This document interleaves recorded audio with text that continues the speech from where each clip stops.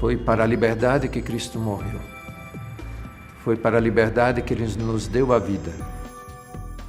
A campanha da fraternidade deste ano deseja refletir, meditar, rezar a realidade de irmãos e irmãs que sofrem com a violação da dignidade e da liberdade de filhos e filhas de Deus. Tráfico humano de pessoas para o trabalho escravo, tráfico de mulheres e de homens para a prostituição, tráfico de crianças para adoção, tráfico de órgãos para transplante. O tráfico de pessoas nada mais é do que a instrumentalização da vida para o exercício do poder de homens sobre homens. E nós não podemos admitir a mercantilização da vida. Resgatados pra liberdade é que Jesus nos libertou. É para a liberdade que Cristo nos libertou. Com o aumento da migração e com o aumento da imigração, nós temos uma realidade muito difícil. Homens e mulheres que trabalham sem carteira assinada, com um ganho mínimo, vivendo em condições subhumanas, é uma realidade muito degradante. Pai nosso que estais nos céus, santificado seja o vosso nome. Venha a nós o vosso reino, seja feita a vossa vontade, assim na terra como nos céus. O pão nosso de cada dia nos dai hoje. Bom, a situação do trabalho escravo hoje no Brasil e sobretudo na minha região, que é uma região do Nordeste, se dá o fato de diversos fatores que contribuem para esse processo da migração forçada, chegando ao ponto desses trabalhadores serem escravizados em outras regiões do país. A miséria é um dos pontos cruciais que facilitam, que forçadamente levam esses trabalhadores a deixarem suas comunidades. O outro é a falta de políticas públicas no que se diz respeito à qualificação profissional dessas pessoas nas comunidades, desses trabalhadores. Muitos desses trabalhadores que migram de forma forçada são analfabetos e, na grande maioria, nem terminaram o seu ensino fundamental. Então, eles não possuem um mercado para o seu tipo de trabalho. De sorte que, para manter suas famílias, eles acabam sujeitando a esse tipo de exploração. E, claro, o trabalhador é aliciado por esses gatos, esses intermediários que vão a essas comunidades mais vulneráveis e, no oferecer de grandes promessas ilusórias, acabam caindo nessa rede do tráfico humano, chegando ao ponto de serem escravizados. Certo dia eu estava em casa, aí chegou um rapaz me dizendo que tinha um fazendeiro na cidade de Monsergil procurando trabalhadores para ir trabalhar no estado do Pará. Aí a passagem é por conta da fazenda e alojamento lá é por conta da fazenda também. E você não vai pagar nada, e ferra tudo é por conta lá. Isso vai sendo assim é bom, que aqui não tem serviço. Dinheiro de jeito assim fácil, nós vamos. A primeira coisa que a gente perde na viagem é o nome. Seu nome você já não tem mais, eles só chamam de Piauí. Aí andamos mais ou menos uns 10 quilômetros, aí a estrada de chão acabou. Aí só agora vocês vão ter que fazer a estrada para o carro entrar aí, que não tem mais não. Que diabo de fazenda é essa que não tem estrada, não tem nada? No outro dia veio um cabo com motosserra e fez um barraco de madeira, de quadradinho, toda pregadinha. Senão ali é para nós dormir ali dentro, que nada, ali era para ele botar mantimento de comer lá dentro, aí botaram um homem lá armado lá dentro. Aqui é a cantina onde vocês vão comprar as coisas de vocês. Aí onde as coisas que é coisa de R$2, lá eles cobravam 10, 15 reais o valor a mais. Aí quando nós perguntamos, rapaz, quando é que nós vamos ver o patrão? Ele disse, não, o patrão não pode vir não, eu sou o gato chamado daqui. Não, e como é o nome do patrão de vocês? Não, não tem patrão aqui não, vamos trabalhar aí. Aí nós passamos 3 meses trabalhando lá, russo lá, jogaram uns tambores aí de lá de veneno para nós botar água dentro, nós lavamos com sabão lá e botar água para nós poder beber. Aí nós dissemos, rapaz, nós queremos falar com a nossa família. Não, eu já telefonei para lá e eu disse para vocês que eu estou tudo bem e que está tudo bom aqui demais. E não adianta tentar fugir não, que se você fugir daqui, os outros fazendeiros vão trazer vocês de volta e nós dá fim em vocês. Aí ele chegou lá, com 3 meses em dia, chegou lá, rapaz, agora vocês vão ter que ir embora. Nós viemos de lá para cá, ajudando os companheiros, passando fome, só bebendo água quando achava que ia ender. Nós saímos de lá, avulso, sem ganhar nada. Eu saí da minha cidade de Monsenhor para cortar cana, na intenção de ganhar dinheiro e voltar bem equilibrado para junto da minha família. O que, na verdade, não chegou a acontecer. Porque ao chegar lá nessa cidade, entrei numa empresa onde passou o período enganando a gente. No final do ano, como é de rotina de fazer, não acertou com ninguém.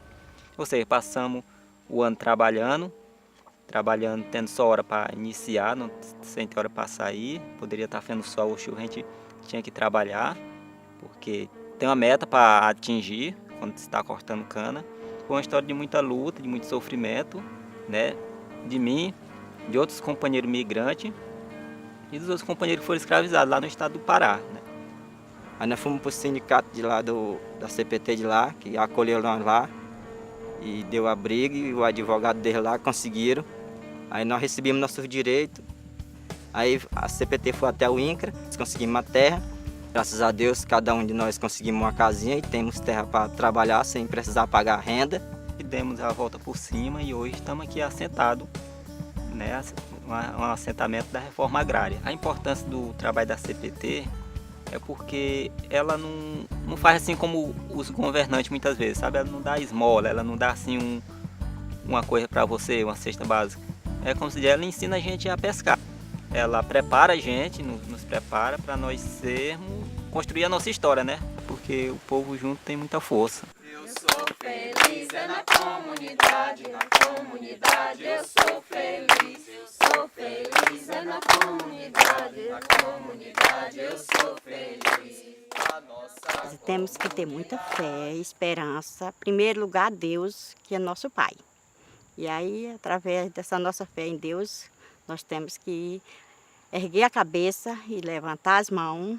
A fé na minha vida é muito importante, porque é através da fé que a gente consegue realizar muitos sonhos. Eu arranjei um parceiro, Chiquinho, e estou morando ali naquela casa, e o lugar que eu mais precisava é eu ter um lugarzinho para me plantar, para mim trabalhar, mais ele junto, até o fim de nossa vida, em nome de Jesus.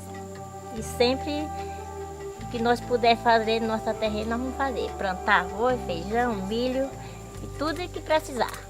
Em nome de Jesus. Com vida e saúde. Amém. Liberdade que Cristo nos libertou. Jesus libertador. É para a liberdade que Cristo nos libertou. Porque Deus não desampara ninguém. Ou o pobre ou o rico, Ele não deixa faltar o pão de cada dia nas nossas mesas. É triste ver ao fim da caminhada que foi levada a trabalhar na escravidão.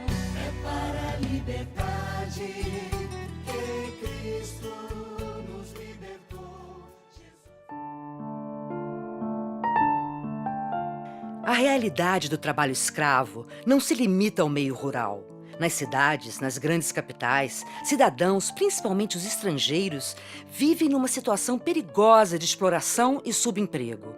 Em todo o mundo, há milhões de pessoas que migram entre países em busca de oportunidades, em busca de refúgio, fugindo das guerras e de conflitos políticos, em busca de esperança.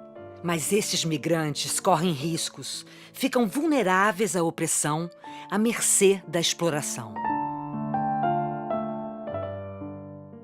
Deus criou para sermos iguais. Deus criou a humanidade para a gente aprender a conviver com a igualdade e não com a desigualdade. A campanha da fraternidade sempre é uma maneira profunda da igreja de refletir sobre essas desigualdades. E quando a gente fala no tráfico de pessoas, existe a desigualdade entre aquele que está se aproveitando e aquele que caiu na mão dessa pessoa. É óbvio que a perspectiva da realização, do lucro, do ganho máximo, da realização rápida da empreita, tem superado sempre a preocupação com as condições nas quais o homem, a mulher e a natureza vão ser tratados. Nós precisamos de todo mundo irmanado. A sociedade civil organizada, governos, o Poder Judiciário, os diversos ramos do Ministério Público. Então, as pastorais elas desenvolvem um trabalho fundamental nesta área. Primeiro porque foi a partir do grito de pessoas religiosas ligadas à igreja e às pastorais que esse tema passou a constar aqui na pauta do dia, dos governos e da sociedade em geral. Muitos optam de cair na mão do gato do traficante, porque ele faz uma promessa de uma maneira que a pessoa se sente protegida por ele. Então ele oferece o transporte, ele oferece comida, ele oferece alojamento, ele oferece trabalho e, além disso, ele oferece também um salário por esse trabalho que ele vai fazer. Só que ele não conta que ele vai descontar tudo isso na mão de obra dessa pessoa e mais os lucros dele em cima dessa pessoa. Ele faz todo um trabalho psicológico com essa pessoa para se transformar no único amigo e melhor amigo dele. Então, esse que é traficado, ou esse que é colocado em situação análoga de escravo, ou que faz trabalho escravo, ele tem uma grande dificuldade interna de denunciar essa pessoa. Porque essa pessoa foi o amigo que o acolheu, que lhe deu uma oportunidade, que o levou a um trabalho, mesmo que seja um trabalho duro, de 16 horas por dia, 18 horas por dia, né? Mesmo que ganhe 200, 300 reais por mês. Mas foi o único que lhe deu uma oportunidade, porque não existia nenhuma política pública para ele no local onde ele nasceu. Para que ele pudesse lá se realizar, lá poder estar junto dos seus e ser fortalecido pelos seus. Ele acaba sendo fortalecido por um criminoso. Tuve que echar muchas lágrimas antes de tener un trabajo digno. Tuve que pasar un sinfín de cosas, por ejemplo, trabajar más horas, con la finalidad de poder aprender, de superarme, porque si no aprendía no podía ganar un salario para poder apoyar, para poder, quem sabe, ajudar a minha família, né? Geralmente, os traficados têm que trabalhar 4 meses de graça, que é para pagar a viagem. Então, quanto mais peça eles produzem, mais eles vão ganhar no final do mês. Mas nesses 4 primeiros meses, normalmente a jornada é de 16 horas por dia. E ele come, aí mesmo na máquina, para não perder tempo, continua costurando, né? Nós temos muitos problemas ligados à tuberculose, muitos problemas com as mulheres grávidas, que normalmente os donos das oficinas não permitem que façam o pré-natal. Outras recém tiveram um bebê, se elas não produzem, não comem. Então ela não pode aguardar os 40 dias da quarentena para depois voltar ao trabalho, porque ela não tem nenhuma garantia. Ela não é reconhecida como trabalhador formal.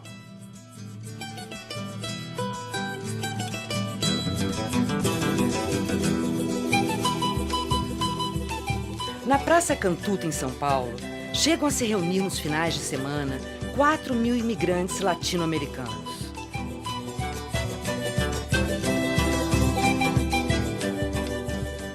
A praça, que é um ponto de encontro, de troca de experiências e de expressão cultural, é também, infelizmente, um terreno fértil para os aliciadores do mercado negro de mão de obra.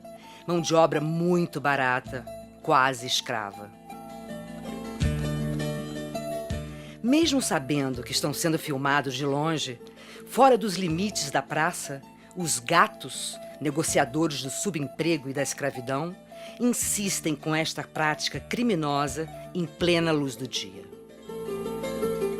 Na ponta dessa cadeia produtiva estão as grandes marcas, as grandes grifes, que têm renome internacional e uma solidez absoluta econômica. E elas são a financiadora de toda essa cadeia produtiva na verticalidade. Desde 2011, o Ministério do Trabalho mantém um cadastro de empregadores e pessoas que são flagradas e autuadas por exploração de trabalho escravo. Tanto o trabalho escravo rural como o trabalho escravo urbano, os empregadores escravagistas são insertos nessa lista, que é expedida pelo Ministério do Trabalho, e tem a finalidade de publicar quem são esses exploradores escravagistas. Além disso, a lista serve também para impossibilitar e inviabilizar o financiamento público dessas empresas que têm na sua estrutura a utilização de mão de obra em condições análogas a de escravo. Nós buscamos aí, por meio da fiscalização, que é um braço polícia mesmo do Ministério do Trabalho, né, fazer aquele primário resgate do trabalhador, tirar de uma situação de violência e colocá-lo aí, né, ao abrigo da rede de apoio, né? O nosso próximo passo agora é prevenir o trabalho escravo, fazer a correta inserção desse trabalhador no mercado de trabalho para evitar, inclusive, que ele volte a cair nas garras aí dessas redes subterrâneas de tráfico de pessoas, né?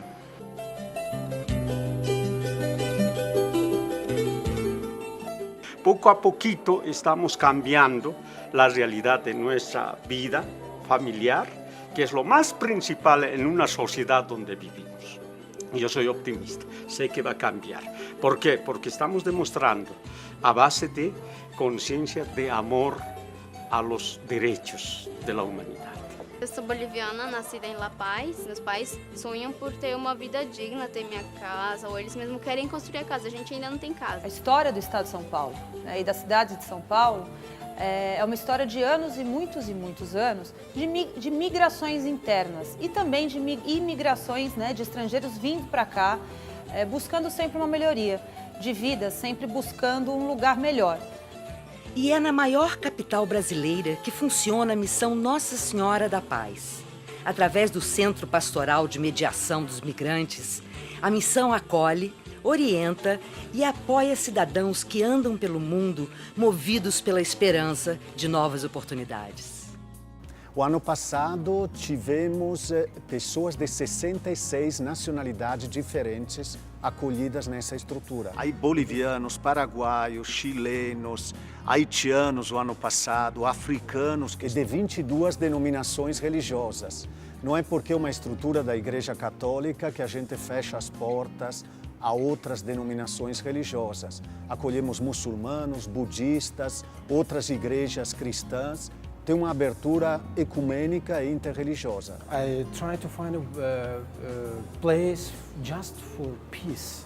Especially my son, he find in Brazil peace. If your government let me accept my document that I start my job and I'm free about that I start my job, I think the future, I think all things will become good for us. Nós precisamos, eu diria, nos exercitar quase cotidianamente para acolher bem, para receber essas pessoas, né, de coração aberto, como que despojados de todo o preconceito, despojados de todas esses sentimentos, eu diria, de repulsas que muitas vezes somos também levados a ser vítimas, até pela situação que a sociedade nos coloca, que a sociedade nos impõe, né? Temos o Centro de Pastoral e Mediação do Migrante, onde tem 5 eixos de atendimento. Eixo trabalho, eixo educação, eixo saúde, cultura e documentação e jurídico. Nós colocamos em contato empresários e migrantes, mas verificando que as empresas tenham tudo em regra. É um ponto de encontro aqui entre pessoas que estão interessadas em ofertar trabalho e também os imigrantes, pessoas recém-chegadas, migrantes, imigrantes e refugiados. Então, o nosso cuidado é saber e cadastrar empresas que sejam empresas idôneas, né? Que esses trabalhos sejam trabalhos dignos, que ofertem a possibilidade de um abrigo decente, de um alimento decente, que as pessoas sejam felizes e encaminhadas para trabalhos que tenham a ver com a personalidade dela. Então, é um momento onde a empresa e os imigrantes apresentam as suas necessidades e capacidades, né? O que a empresa pode ofertar e o que o imigrante pode ofertar e que se casa isso, né? Quais são as possibilidades disso tudo se reunir e dar uma boa engrenagem, ficar em harmonia, que eles possam se entender nessa possibilidade, né? Todos que eu levei foram com documentação em dia, legalizados no país, chegaram e já foram imediatamente registrados na empresa com todos os direitos. A vida lá com eles, meus patrões, é muito bem, porque nós vivimos na família, como na família. Eu acho que nós temos que estender a mão para essas pessoas. Eu me sinto grata perante Deus, que eu estou cumprindo com a minha obrigação com Deus, ajudando o ser humano. E aí que vem a palavra de Jesus também, né, que diz, era migrante e me acolhesse.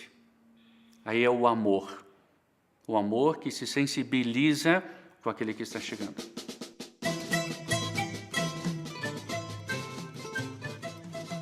No CAMI, Centro de Apoio ao Migrante em São Paulo, os imigrantes vindos da Bolívia, Peru e de outros países latino-americanos encontram orientação para a permanência no Brasil, recebem cursos de qualificação profissional e encontram um espaço de integração e cultura.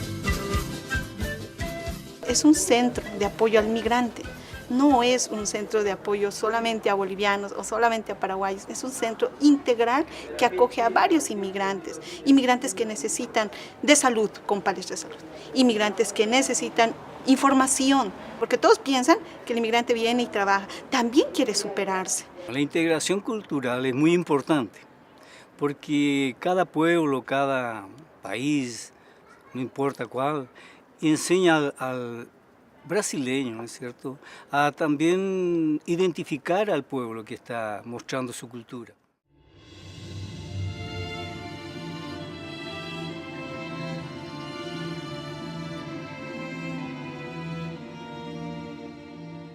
A Organização Internacional do Trabalho avalia que entre os 2,5 milhões de pessoas que migram ilegalmente pelo mundo, 40% são vítimas da prostituição. No comércio sexual, o corpo é o produto à venda. E o mais grave é que para este produto há muitos compradores. A sexualidade é um dos elementos mais íntimos que cada pessoa tem. É uma expressão grandiosa da sua pessoa. Começamos a utilizar essa dignidade, essa preciosidade da sexualidade humana para ganho, para prazer pago, e com isso pessoas que começam a receber dinheiro sobre isso. Quase sempre no nosso imaginário está a prostituição relacionada com a mulher.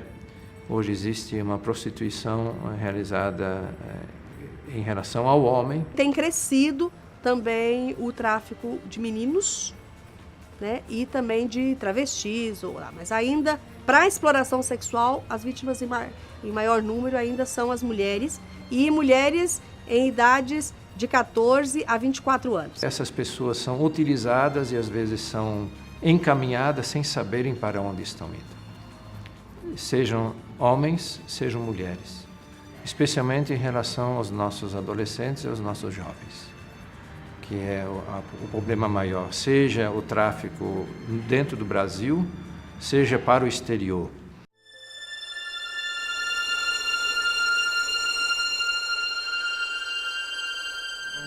Eu trabalhava num bar de copeira quando eu conheci a Zuleika. Aí um dia ela me propôs, ela falou, você não quer ir comigo para a Suíça? E eu disse, como é lá? Ela disse, é um país maravilhoso. Lá você vai conquistar todos os seus sonhos. Vai poder trabalhar, vai poder ter o dinheiro, vai poder ter a tua liberdade. Eu fiquei muito feliz, muito feliz. Consegui convencer meus pais. E dias depois ela me disse que eu tinha um problema com a minha idade para tirar os documentos. E eu tive que tirar um documento falso. E aí chegou o dia que eu fui para a Europa. Quando eu cheguei em Zurique, lá estava me esperando a tia e mais 2 homens. Logo quando eu cheguei, eu já tive que ir para a cama com um deles. Foi ali que eu perdi a minha virgindade. Com aquele homem podre. Aquele homem horroroso. Foi muito difícil para mim. A tia fez um acordo com esse homem. E que eu tinha que casar com ele em troca de eu me prostituir. 5 dias depois, eu já trabalhava numa sauna do dormia com muitos homens numa noite só. Eu nunca vi o dinheiro na minha mão. Nunca.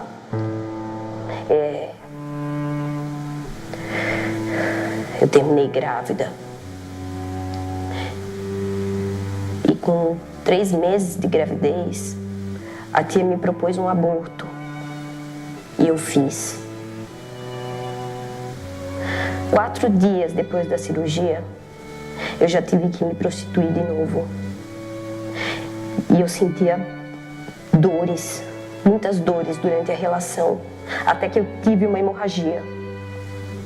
Foi ali que eu decidi que eu não ia mais deixar esses dois me escravizarem, me prostituírem, e que eu ia fugir.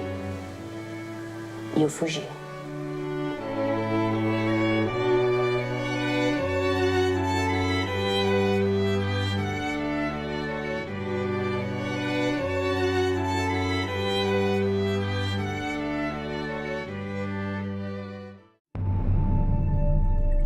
As rotas internacionais de tráfico de brasileiros levam para a América do Norte, Estados Unidos e Canadá, Portugal, Espanha, Itália, Holanda, Alemanha e, mais recentemente, África do Sul e China. Além do Norte e Nordeste, o sul do país é também uma rota de origem. Tem se percebido um número significativo de vítimas de tráfico de pessoas também na região sul, sobretudo a região de Uruguaiana, a região de Caxias, que é a região da Serra, Santana do Livramento, Foz do Iguaçu. E o fato de Altamira, do Pará, que é a última notícia de tráfico nacional que apareceu, né, da libertação das mulheres, 4 eram do Rio Grande do Sul. O estado do Pará, onde nós atuamos, é um estado para onde as pessoas mais são traficadas, que é justamente a proximidade onde nós estamos, né, na fronteira, que é para Suriname e Caiena. Então, com muita facilidade, esses aliciadores chegam até essas pessoas e fazem propostas enganosas. O que mais me preocupa ainda nisso tudo é a forma como essa organização criminosa atua, que é de uma forma silenciosa, de uma forma muito arquitetada, de uma forma muito articulada, e que as pessoas que estão muito próximas não são capazes de perceber, inclusive o governo, que lamentavelmente não dá conta dessa tragédia. Então eu tive a oportunidade de entrevistar um aliciador em Padre Paraíso, e eles são muito desconfiados e evitam falar sobre o assunto. Na verdade, o que a gente chama de tráfico de seres humanos, para eles estão ajudando as pessoas. Para eles estão fazendo um favor. E por quê? A questão da migração, do tráfico de pessoas e o trabalho escravo, isso tudo está muito ligado à questão da pobreza e da falta de oportunidades. Você vai encontrar pessoas, pesquisadores, e mesmo algum militante que vai dizer, não, eles foram porque quiseram ir. Foram para passear ou para fazer tratamento de saúde ou porque foi convidado por um amigo. Você até pode encontrar situações assim, é verdade, elas existem, mas não são tão corriqueiras como as situações em que as pessoas migram por extrema pobreza ou por buscas de oportunidades. É duro dizer isso, mas para essas pessoas foi um passo dado, no que se refere a ter acesso às condições mínimas de sobrevivência. O Estado brasileiro, as instituições políticas brasileiras, as organizações sociais que trabalham com esses migrantes, mas sobretudo o Estado, não consegue garantir a ele o mínimo necessário para a sobrevivência com dignidade. Daí ele se sujeitar a repetir no tempo e no espaço essas experiências desumanizantes.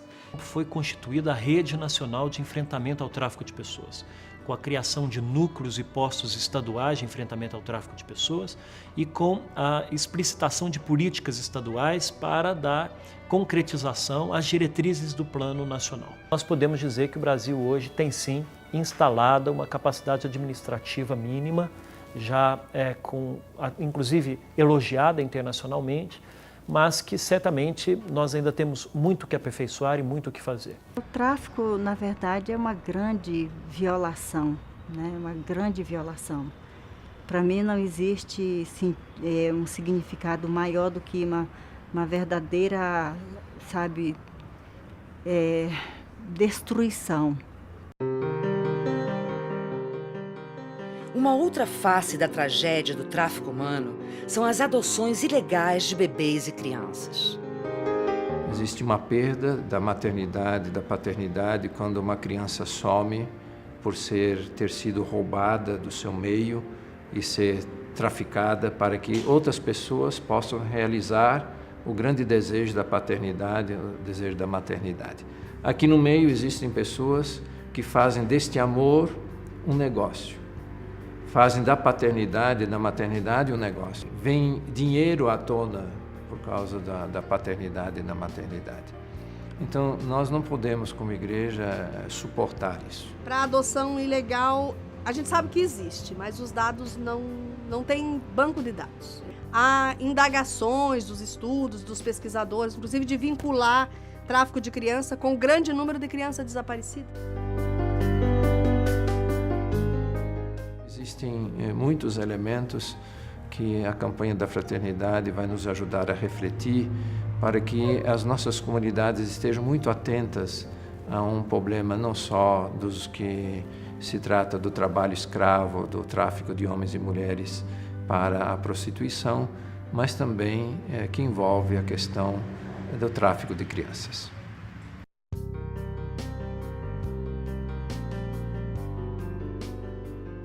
Um outro esquema criminoso tem feito vítimas em todo o mundo: o comércio de órgãos. As vítimas são crianças, adolescentes e adultos jovens. Existe, inclusive, uma tabela de preço neste mercado macabro. Nós estamos fazendo da pessoa humana no desejo de uma sobrevida, estamos ceifando vidas, estamos eliminando vidas,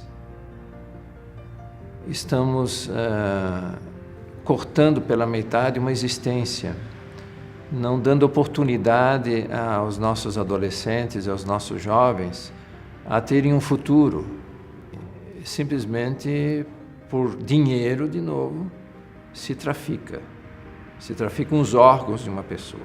Por isso ela é morta. Em alguns casos, notícias que nós temos, inclusive, a pessoa às vezes é presa, prendem a pessoa, tiram um rim e a deixam.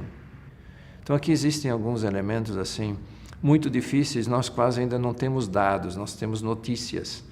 Nós temos notícias de jovens que foram encontrados sem o coração, sem os rins, sem o fígado. Nós temos notícias de terem encontrado cadáveres sem nenhum órgão interno. Se nós temos uma indignidade de trabalho e de liberdade, se nós temos uma indignidade em relação ao exercício da sexualidade, do amor, se temos uma indignidade no exercício da paternidade e maternidade, aqui nós temos simplesmente o cerceamento de uma vida que poderia chegar à sua plenitude e que não vai chegar porque lhe arrancaram os órgãos vitais. A campanha da Fraternidade pela CNBB é um espaço privilegiado, porque nós temos condições de levar a comunicação e conscientização em torno do crime a um conjunto de pessoas que também se articulam internacionalmente.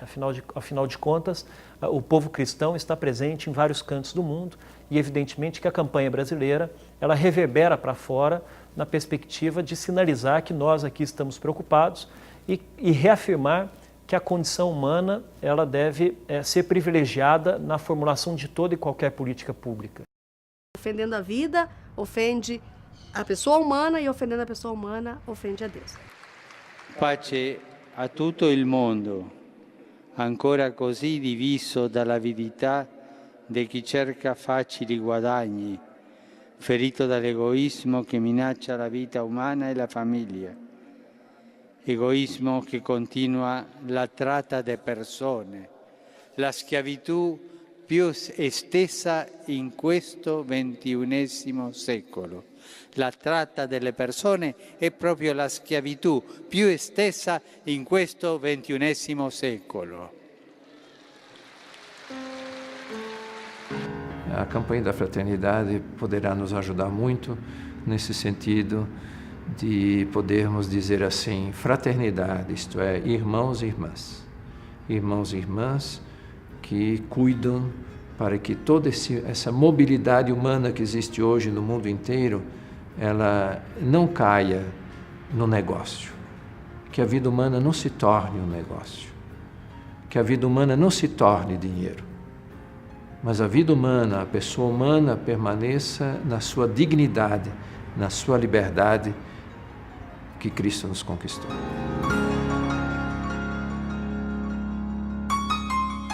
Espero viver, inclusive, para poder ver o fim do trabalho escravo nesse país. Já sou brasileiro.